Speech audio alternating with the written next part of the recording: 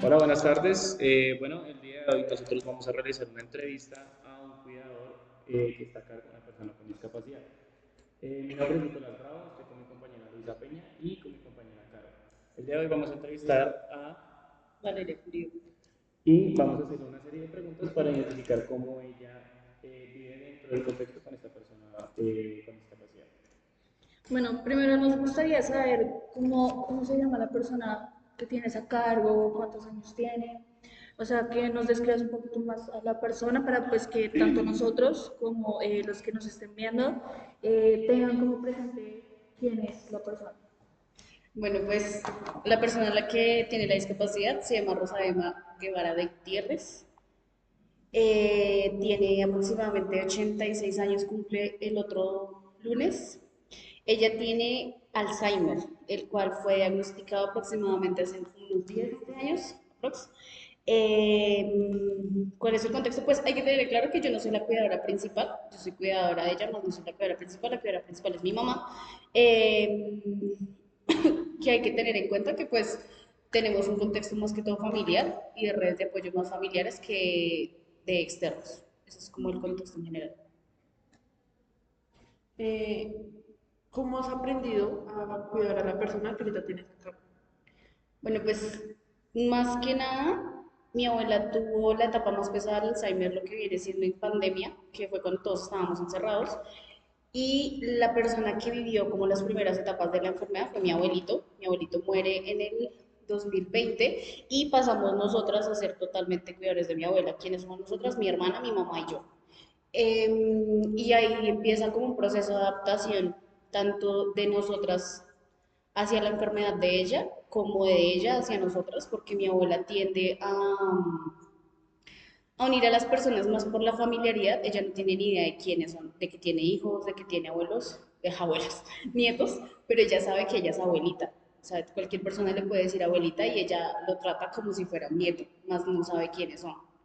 Entonces, nosotros no tuvimos como ayuda externa, es decir, no fue como enfermeros ni nada por el estilo, ni personas que supieran de la enfermedad, sino más que nada como un aprendizaje más autónomo por parte de nosotras tres, como al saber cómo lidiar con la enfermedad y qué cosas poder ir presentando, porque como se sabe, el Alzheimer es por etapas. Entonces, esas etapas se van presentando de a poco, entre ellas la agresividad, que la agresividad es la más pesada. Entonces es como ir adaptándose a esa clase de cambios que se van presentando. Bueno, un poco más viejo como este contexto, me gustaría saber qué redes de apoyo tienes, tanto tú como tu abuelita, para pues poder continuar con este proceso. Bueno, cabe aclarar que mi abuela, cuando se le descubre que ella tiene Alzheimer, este Alzheimer es genético, o sea, es pasado de generación en generación. El papá de ella lo tuvo, una hermana de ella lo tuvo, menor a ella lo tuvo. Pero pues esta enfermedad más que nada, pues mi abuela tiene 9 hijos, ¿sí? Bueno, ahorita son 7. Anteriormente, bueno, el año pasado, antes de que muriera mi tío, eran 8 los que se hacían cargo de mi abuela. ¿Qué quiere decir? Todas como las decisiones referentes a la salud, a las compras, a la casa, a todo lo referente con mi abuela la toman entre los 8, bueno, entre los 7. Entonces, como que la red de apoyo es bastante fuerte, pero cuidadora como tal directa es mi mamá. La mayoría de mis tíos no saben cuidar a mi abuela, no saben, por ejemplo, el horario de las pastillas, los cuidados que ella tiene. Ella ya no es autónoma en cuestiones como, por ejemplo, ir al baño. Ella ya no come como normalmente come todo el mundo. Come sola, sí, pero ella se toma, por ejemplo, si tú te demoras 15 minutos usando, mi abuela se demora 2 horas. Entonces es adaptarse a toda esa clase de cambios que es. Y redes de apoyo, pues más que todo por ese lado, lo que les digo, o sea, por el lado de salud, a mi abuela no le falta la salud porque yo se vivía en la salud mensualmente. Por el lado de vivienda, ya vive en su casa, la cuida mi mamá. Pero más en un cuidado más especializado, la que mejor la sabe cuidar es mi mamá, mi hermano y yo. Bueno, nosotros quisiéramos saber dentro de la historia de vida de este familiar, qué contexto laboral desempeñó previamente o antes de este diagnóstico como tal. Si trabajó o no trabajó, si fue ama de casa, qué actividad realizó antes de que se le diagnosticara. Bueno, mi abuelita antes de que se le diagnosticara la enfermedad, ella pues se casó a los 16 años aproximadamente, la casaron. Ella empieza a tener hijos al año de casarse, solamente hace hasta quinto de primaria, era muy buena. Siempre contaba, antes de que la enfermedad como que acabara un poco con sus recuerdos, ella contaba mucho que pues era la mejor del colegio, después de la escuela, que la profesora la quería mucho, que quería que siguiera estudiando, pero que no le dieron la oportunidad. Bueno, los papás la sacan de estudiar, la casan con mi abuelito, que era hijado de el papá de ella, y mi abuelo siempre tuvo cantinas, fue borracho muchacho, y fumador, Pablo fue borracho fumador. Entonces, esto generó como en ese entonces un contexto en el que mi abuelo maltrataba a mi abuelita. Entonces, como que ella creció más que nada su adolescencia y toda su vida la pasó entre maltratos, que sentimos que ese es uno de los factores que más pues, afectó a cómo mi abuela lleva la enfermedad.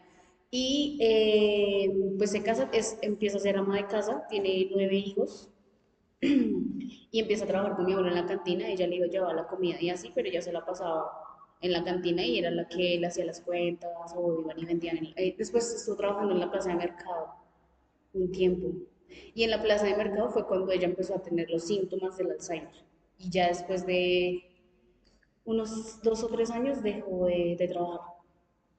Ok, y digamos ya después de haber evidenciado el diagnóstico, que ya les hayan dado el diagnóstico, como, ¿qué cambios evidenciaron ustedes en el comportamiento de ella y el cómo llevan su vida diaria con esto? Pues, como les digo, mi abuela empieza hace 10 años con toda esta enfermedad y al inicio era como que ella empezó, primero eran preguntas muy repetitivas. Entonces, a cada rato era como que, ¿quién es usted? ¿Cómo se llama usted? ¿Usted qué es mi hijo? ¿Usted es mi hija? ¿Yo tengo hijos? En la siguiente etapa de la enfermedad era como, ella se acordaba mucho de sus memorias de hace muchos años, entonces se acordaba que tuvo un hermano que fue a la guerra de Corea, se acordaba del papá, quería mucho al papá, ella recordaba muchísimo al papá, eh, casi no hablaba de la mamá, pero a medida que iba avanzando la enfermedad se fue olvidando de ella, de sus hijos, de todo. Hoy en día mi abuela pues se mira a un espejo y ella no se reconoce a sí misma, ella no sabe quién es ella, físicamente hablando, ya no se acuerda de mi abuelo, lo nombra muy de vez en cuando, pero pues ya no se acuerda de mi abuelo. Lo que les digo, ella sabe que tiene familia y sabe que somos sus nietos porque le decimos abuelita, pero ella no sabe que tiene hijos, no sabe que tiene nietos, eh, no sabe cómo se llama, ya no, o sea, todavía, o sea, se acuerda de las cosas muy básicas como que de comer, de dormir, pero mi abuela ya no es mi abuela. ¿Me entiendes? Eso. Bueno, y como tal para terminar, nosotros quisiéramos saber si dentro de todo este contexto que nos acabas de dar, tienes algún conocimiento sobre las leyes por los decretos que pueden llegar a proteger al adulto mayor y que es lo más importante, que pues tienen que ver leyes con, o sea, que atan a las personas con discapacidad. ¿Tienes algún conocimiento o te aclaramos de una vez acá cuáles pueden ser? Sé que existen, pero no sé exactamente pues, el número de las leyes. Pero sé que hay políticas públicas, por lo que estudio claramente, que cubren como tal a la persona del adulto mayor del abandono y la parte de discapacidad. Sé que esto es algo que más he querido profundizar más que todo hacia el lado de mi mamá, porque lo que les digo, mi mamá es la que era principal y a veces mis tíos no cumplen con ciertas cosas que sé que legalmente están mal. Entonces, sí falta un poquito como más investigar el lado legal. Bueno, para darte un poco más como de contexto sobre las leyes, nosotros quisimos como mencionar unas leyes, que eran la ley 251 Uno. del 2008, la cual habla de los derechos del adulto mayor. También tenemos la ley 1650 del 2007, que esta habla sobre las medidas de protección que tienen estos adultos mayores, y la ley 2050 del 2020, que habla sobre la protección a los derechos humanos. Aparte de esto, pues cabe resaltar que estas leyes que dijo mi compañera anteriormente son solamente para las personas que protegen al adulto mayor, sin tener en cuenta las características de alguna discapacidad. Nosotros quisimos resaltar dos leyes, la cual es una ley 1996 del 2019, la cual establece que no haya límites con la persona con discapacidad, que no se le establezca ningún tipo de discriminación. Y está la ley 2297 del 2023, la cual garantiza a quienes se dedican al cuidado de estas personas con discapacidad, que se les garanticen todos los derechos y bienes y se les faciliten para que puedan llevar a cabo este proceso de cuidar a esta persona con dicha discapacidad. Bueno, eso es todo, espero que les haya gustado la entrevista y muchas gracias por su atención.